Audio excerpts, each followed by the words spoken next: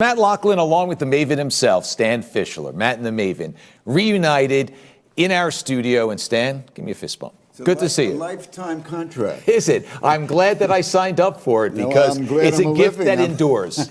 It's a gift that endures. Right. We had so much fun. We continue to have fun, and it's great to see you here as you come to the States, not only to see some hockey games and to report on some hockey games, but congratulations to you as you go into the United States Hockey Hall of Fame December 9th. Quite an honor, my friend. Well-deserved, well overdue. What was your reaction when you received the call? Well, I was stunned to the core. First of all, I wasn't drunk either. So so what happened was I'm having lunch with my son Ben and his family, his wife and two boys, and I got it was two calls. The first guy who called, he says, "I'm calling from USA Hockey, and I just want to see where you were."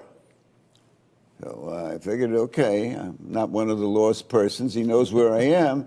And then the next day, I got the call from Dave Fisher at USA Hockey, out of the blue. So he's, at first I thought it was a gag. People pulled jokes, and it wasn't a gag. But the thing that amazed me, and to this day amazes me, Maddie, I don't know how this happened.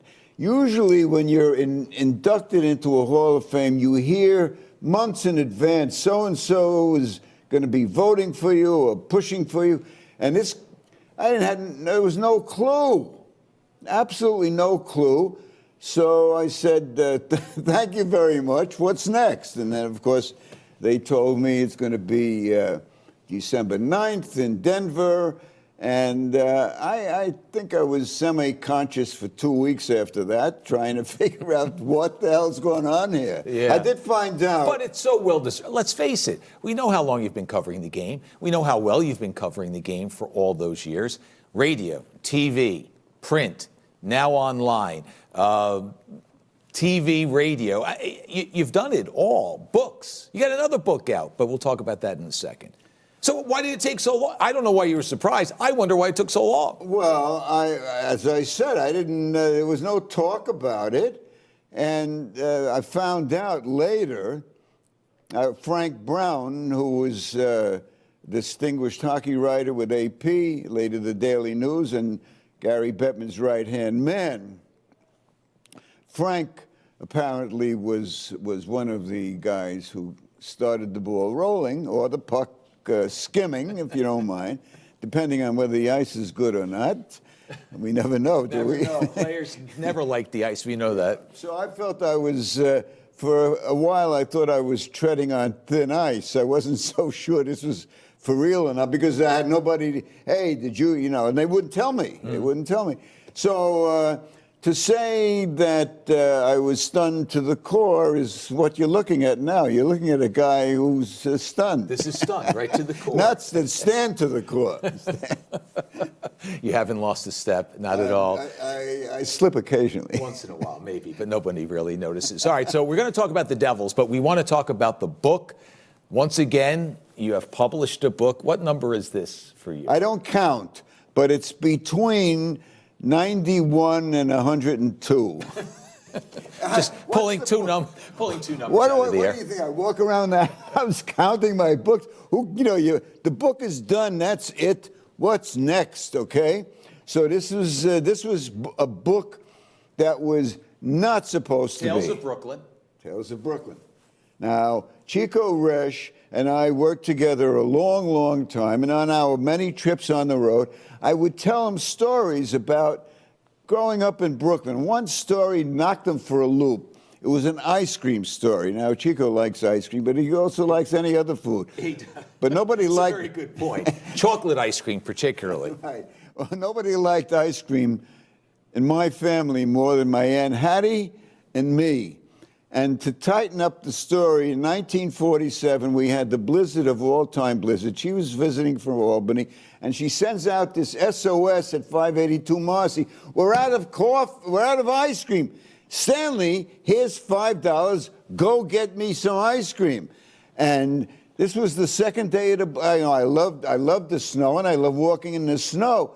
I'm walking along. It's like being in Montana. There's nothing open. There are no cars except the ones maroon. And I'm schlepping, and now it's not fun anymore. I haven't come through. There are no stores open at all. I get to Broadway, Brooklyn. I take a right, and I say, "Holy mackerel! I may fail my Aunt Hattie and me because I wanted the ice cream too." So finally, I see a store. There was a light, and it was a candy store. And they had ice cream. I got the ice cream, brought it back in the snow. I almost plotzed before I got home. I'm telling you, it was that bad, the trudging in the snow. Bring the ice cream in, put it on the kitchen table, my grandmother's kitchen, and it was all wet, and I walked back in the vestibule, and I took off my galoshes and my Mackinac and, the whole thing, and I hear a voice, from the kitchen. I couldn't, it didn't sound too good, but I didn't know what the hell it was. So I go in the kitchen, there's my Aunt Hattie, and she's got the ice cream there on the table. You mean you got Reed's? Reed's was the bottom. It was like Thunderbird is to a connoisseur of wine. She threw it in the garbage. And he loved that story. It's a great story. So I wrote the story, and I told him many times. He says, "My wife, Diane, would like you to write the story down and email it to me. I'm in Israel now." I just said, I emailed it to her. I get to think back next week. How about sending me another story? So I sent her another story. Now, and I'm up to the fourth story. I'm hot. I'm into this now. I'm starting to think of all these cockamamie things that happened to me.